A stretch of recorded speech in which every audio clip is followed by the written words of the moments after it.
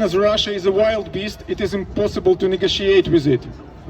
It is easier and cheaper to help Ukraine now than defeat the wild beast, and defeat the wild beast now than to fight it alone after losing an arm, namely Ukraine.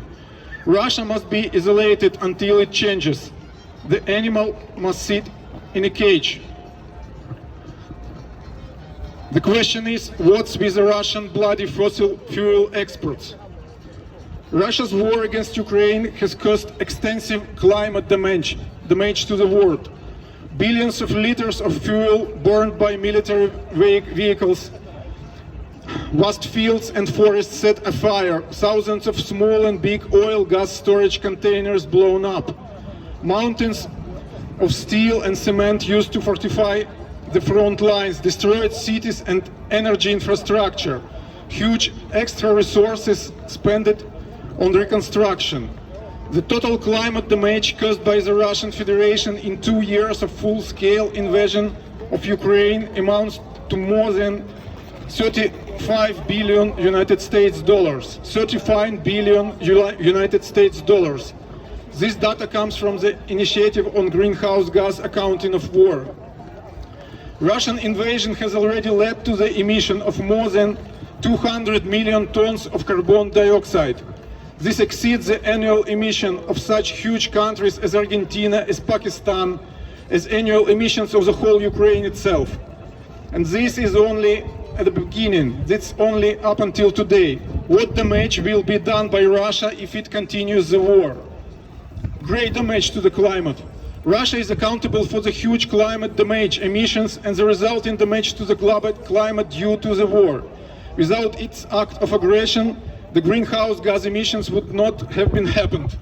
And despite that damage to the climate, the bitter truth is that Russia continues to finance the war by the global and causing the global damage to the world by extraction the oil and gas and fossil fuels exports to China, India, Turkey, European Union and Brazil. So these 5 countries, China, India, Turkey, European Union and Brazil, is the top 5 buyers of bloody Russian fossil fuels. In the June of this year, Russia's monthly fossil fuel export revenue were 656 million euros per day. 656 million euros per day Russia got every day for the fossil fuel export. The 5 largest Russian fossil fuel importing countries in the European Union paid to Russia 1.8 billion euros this June. Countries from the European Union paid to Russia for 234 million euro for the pipeline and liquefied natural gas only for the month. China paid to the Russia more than 6 billion euro for the same 1 month, mainly for the crude oil. That kind of money allows Russia to finance the full-scale invasion of Ukraine very well. Due to the sanctions exemptions, member states of European Union can continue buying Russian gas and pipeline oil. This is a great shame for European Union. As Russian sanctions hit hard, Russia is working overtime to keep its Arctic liquefied natural gas exports going, relying on ship-to-ship transfers. So Russia right now is exporting liquefied natural gas year-round from the Arctic.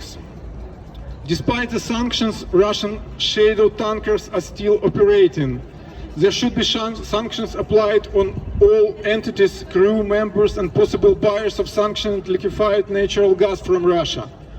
Swedish Greenpeace issued a call for the Swedish government to stop the same shadow oil transfer happening in the Baltic Sea right now. Every day, Russian shadow fleet passes through the Baltic Sea. Rusty tankers carrying huge amounts of Russian oil that help finance Putin's bloody war in Ukraine. These worn-out old oil tankers pose a huge environmental hazard in our waters, in the waters of Sweden. It's only a matter of time before an accident might happen. We now demand that the Swedish government act in his urgent situation and immediately stop allowing these ships to refuel off the coast of Sweden. This is so-called shadow fleet of Russia has arisen to circumvent the sanctions against Russian oil exports. It consists of several hundred oil tankers with many expired best before dates, hidden owners, and questionable or no insurance at all